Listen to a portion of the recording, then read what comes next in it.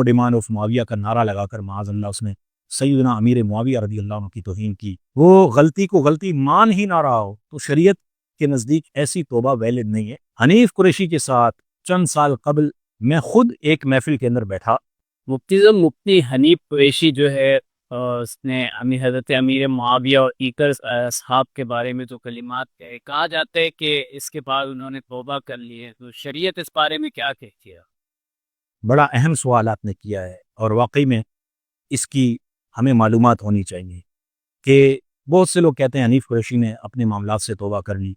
ये बात तो बिल्कुल वाज़ेह है कि हनीफ कुरैशी ने चंद मकामात पर सैयदना अमीर मुआविया रज़ी अल्लाह अन्हु की खुली तौहीन की, वाज़ेह तौहीन की। जिस तरह नो डिमांड ऑफ मुआविया का नारा लगाकर माअज़ल्लाह उसने सैयदना अमीर मुआविया रज़ी अल्लाह अन्हु की तौहीन की, और इसी तरह बाज़ दीगर मकामात पर ये वाज़ेह बातें सब पर वाज़ेह हैं। अब ये कहा जाता है कि हनीफ कुरैशी ने इससे तौबा कर ली, तो याद रखें जो तौबा के रुकन हैं वो पूरे होना ज़रूरी है किसी भी मसले में।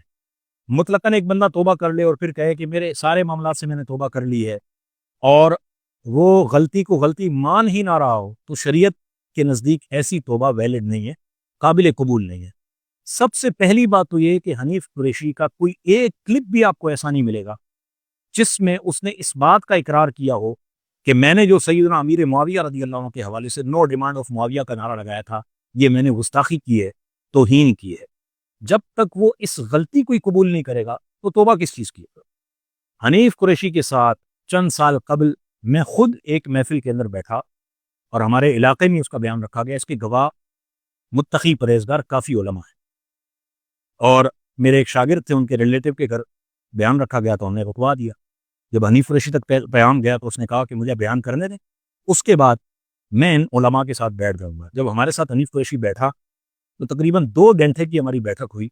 उसमें वो लाजवाब तो हो गया, ये एक अलग बहस है, इस पर हम कलाम नहीं करना चाहते, लेकिन जब नो डिमांड ऑफ मुआविया या दीगर चंद मिसालें उसके सामने रखी गईं तो पूरी महफिल के इख्तिताम तक उसने इन कलिमात को गुस्ताखी नहीं माना।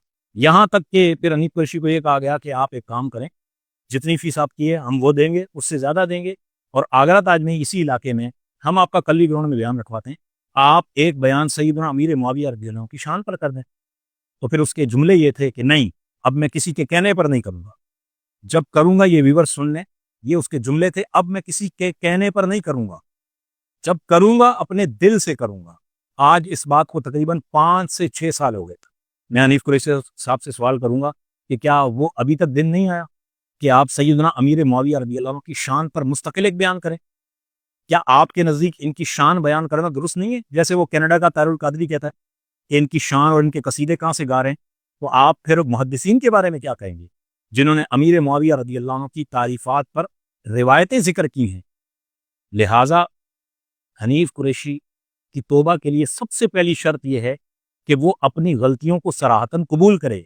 जैसे हनीफ कुरैशी ने अमीर अहले-सुन्नत पर जब टॉन्ट करते हुए बदतमीज़ी वाले अंदाज में उनको एक फ़िक़ही मसले पर मुतनब्बे किया कि ये मौला अली को हुजूर का भाई कहने से मना कर रहे हैं, ये तो रिवायतों में मौजूद है, हालांकि उसने बहुत बदतमीज़ी वाला अंदाज अपनाया था, लेकिन सोशल मीडिया इस पर गवाह है कि अमीर अहले सुन्नत ने इसके बावजूद अलल ऐलान अपने पिछले मौक़िफ़ से रुजू किया था और फरमाया कि पहले हमने ये बयान कर दिया था कि अमीर मौला अली मुश्किल कुशा को हुजूर का भाई नहीं कह सकते, लेकिन हमने फिर मुफ्तियान किराम ने तवज्जो दिलाई और हनीफ कुरैशी की तरफ बाकायदा इशारा किया और फरमाया कि इस्लाह करो, जलील तो ना करो। तो ये ऐसा शख्स है कि जो अपनी गलती को कभी कबूल नहीं करता। इसकी तौबा के लिए शर्त यही है कि जो तौबा के अरकान हैं ये उस पर अमल करे। हमारे बाज़ बोले वाले सुन्नी जिनको इल्म की कमी है वो ये समझते हैं कि जनाब उमूमी तौबा कर ली तो हर चीज़ से तौबा हो गई। जिस चीज़ को वो गलती मान ही नहीं रहा उससे तौबा कैसे हुई? तौबा के लिए सबसे पहले उस पर यह लाजिम है कि वो ये कबूल करे कि मैंने ये तौहीन की है, फिर वो तौबा करे, तब उसकी तौबा कबूल होगी।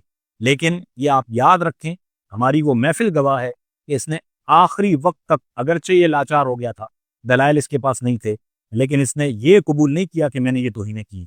ये कह दिया हाँ मुझे ये मिसाल नहीं देनी चाहिए थी, नहीं देनी चाहिए नहीं, आप एक्सेप्ट करें कि ये मैंने तौबा की। तो शरीयत तो ये कहती है कि भाई वाज़े आप कबूल करें अपनी गलती, जब आपसे गलती होगी कबूल करें। हमारे अकाबिरीन बड़े बड़े जो दीन की खिदमत करते रहे, लेकिन कभी कोई ऐसा जुमला निकल जाए वो फौरन रुजू कर दे, वाज़े रुजू कर दे। तो रुजू इस तरह से वाज़े करने में इसको क्या चीज़ रुकावट डालती है? वो चीज़ रुकावट डालती है कि ये इतना अरसा जो इस पर मुनाजरे करता रहा या बहसें مباحثے کرتا رہا، کلپ کھیلتا رہا، اس کو پتہ ہے کہ میرے ساری پچھلی محنت پہ پانی پھر جائے گا. تو لہٰذا حنیف قریشی کے معاملات درست نہیں ہیں، اسی وجہ سے اس کے بیانات ختم ہو گئے. اس نے امیر علیہ سنت پر دندی زبان کھولی، ڈاکٹر اشرف آصف جلالی صاحب پر، ہمارے دیگر اکابرین پر، سید مظفر شاہ صاحب پر.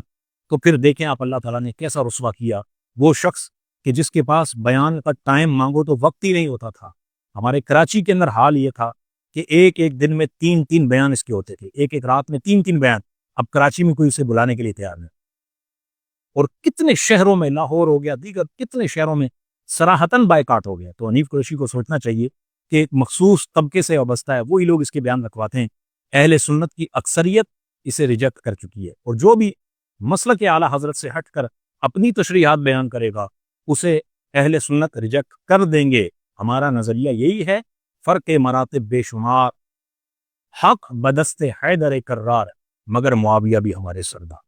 جو اعلیٰ حضرت نے لکھ دیا وہی عقیدہ اہل سنت ہے، وہی محدثین، مجتہدین، تابعین اور ان کے بعد کے علماء کا نظریہ ہے. اہل سنت اسی پر قائم ہے. اسی لیے جو علماء اعلیٰ حضرت کے نظریات اور اعلیٰ حضرت کی بیان کردہ تشریحات واضح طور پر بیان کرتے ہیں، ہمیں انہی کے ساتھ وابستہ رہنا چاہیے. یہی سنیت ہے، اس سے ہٹ کر کوئی سنیت نہیں ہے. اعلیٰ حضرت ہمیں بھلے، ہم اعلیٰ حضرت کے لیے بھلے، ہم ان کی غلامی میں آ جائیں تو ہمیں سارے بزرگوں کی غلامی مل جائے گی. اللہ کریم ہمیں اسی مسلک اہل سنت پر استقامت کے ساتھ قائم رہنے کی توفیق عطا فرمائے. آمین بجاہ النبی الامین صلی اللہ علیہ وسلم.